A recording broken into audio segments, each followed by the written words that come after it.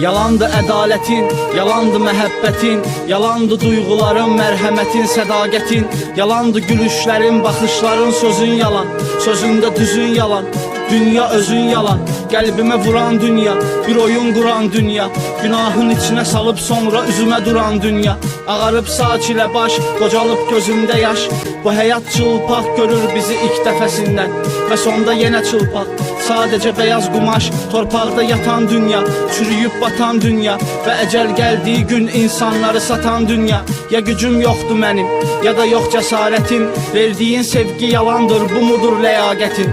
Göstərib cahu cəlal taxtı tacı vermirsən, elə bil xəlifəyəm, zəbt olunub xilafətim.